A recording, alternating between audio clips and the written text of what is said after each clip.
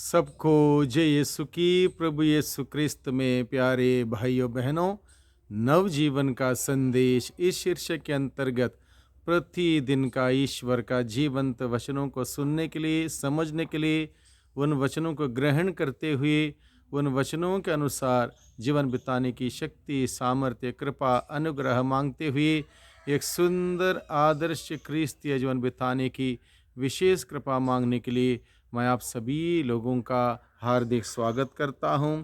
आज दिसंबर की 29 तारीख है, सोमवार का दिन है और आज के दिन में हम सबों के लिए मनन चिंतन करने के लिए विषय दिया है संत लूकस के द्वारा रचित सुसमाचार अध्याय 2 पद संख्या 22 से 35 का प्रसंग है।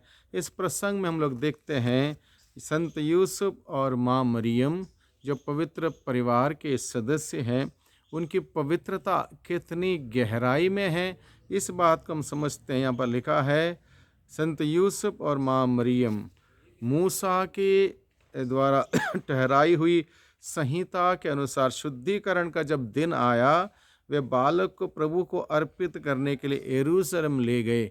उन्होंने आज्ञा का पालन किया, संहिता का पालन किया, ईश्वर के आदेश का पालन किया।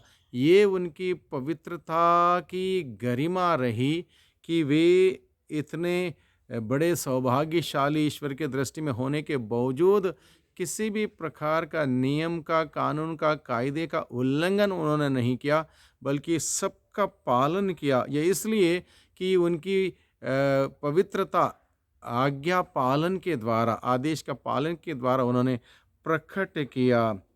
और निश्चित रूप से संत यूसुफ और माँ मरियम, यद्यपि वो ईश्वर के द्वारा विशिष्ट वरदानों से नवाजे गए थे, चुने गए थे, वे दुनिया के सामने एक उदाहरण प्रस्तुत करना चाहते हैं कि ईश्वर के द्वारा ठहराया हुआ नियम का पालन करना, उसके अनुसार कार्य करना, रीति रिवाज को पूरा करना कितना ज़रूरी है एक इंसान को पवित्रता में बढ़ने के लिए। इस बात को माँ मरियम और यूसुफ हमें आज के इस पाठ के उदाहरण के द्वारा हमें शिक्षा देते हैं, हमें बताते हैं, हमारे सामने उदाहरण रखते हैं। और हम देखते हैं उन्होंने कपोत पंडुकों का एक जोड़ा या कपोत के 2 बच्चे को बलिदान के रूप में चढ़ाना था।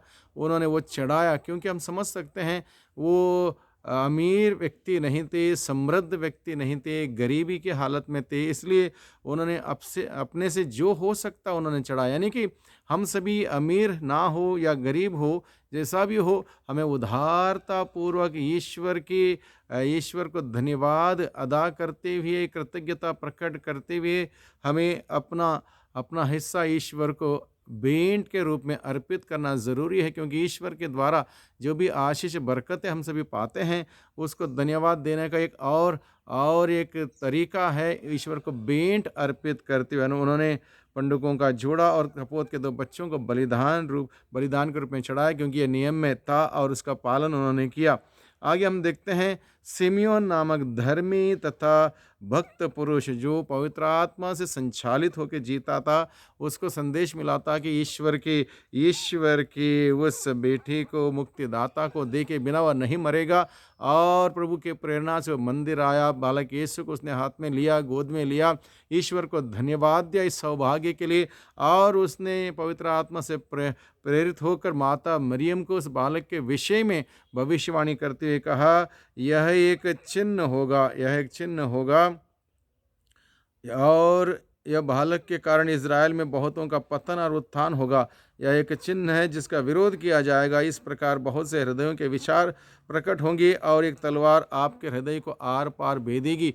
माता मरियम को भी सिमियोन ने बालक के विषय में भविष्यवाणी करते हुए एक प्रकार से तैयार किया, किस प्रकार का मिशन माँ मरियम का होगा प्रभु यीशु को लेकर आगे। माँ मरियम का किस प्रकार से वो त्याग, तपस्या, बलिदान अर्पित करते हुए उस क्रूस को माँ मरियम को ढोना है, उस चुनौती का क्रूस को ढोना। इस बात को भी सिमियोन अवगत कराता है माता मरियम को।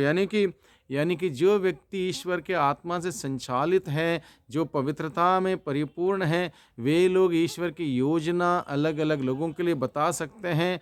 और इस प्रकार से जब हम कार्य करते ईश्वर की योजना को जानते पहचानते कार्य करते हैं, हम ईश्वर की महिमा करते हैं। वही कार्य सिम्योन ने किया। इस प्रकार से आज के सुसमाचार के द्वारा हम देखते हैं पवित्रता बहुत ही ज़रूरी है। पवित्रता आज्ञा के पालन के द्वारा होगा, पवित्रता ईश्वर के नियमों को मानने से होगा, पवित्रता विनम्रता से सारे कार्यकलापों को, चाहे छोटा सा छोटा हो, उसको करने से ही पवित्रता में हम सभी आगे बढ़ते हैं।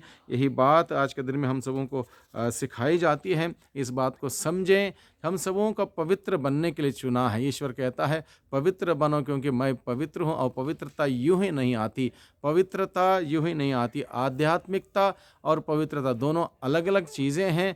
जो पवित्रता में आगे बढ़ता है वह व्यक्ति ईश्वर के नियम के अनुसार चलता, ईश्वर की महिमा अपने जीवन के द्वारा करता और हर बात में वो ईश्वर की इच्छा खोजता है। वही जीवन बिताते हुए, पवित्र जीवन बिताते हुए ईश्वर की महिमा करता है। वही कार्य करने के लिए प्रभु ने आज के दिन में चुना और बुलाया है। इसलिए प्रभु से शक्ति सामर्थ्य मांगें ताकि हम सभी प्रभु की महिमा करने वाले बने, प्रभु की इच्छा पूरी करने वाले बने और प्रभु की योजना के तहत चलते हुए हम अपने जीवन में पवित्रता में आगे बढ़ें। वही प्रभु हम सबों को बहुतायत में आशीष और बरकत प्रदान करें। सबको धन्यवाद। सबको जय यीशु की।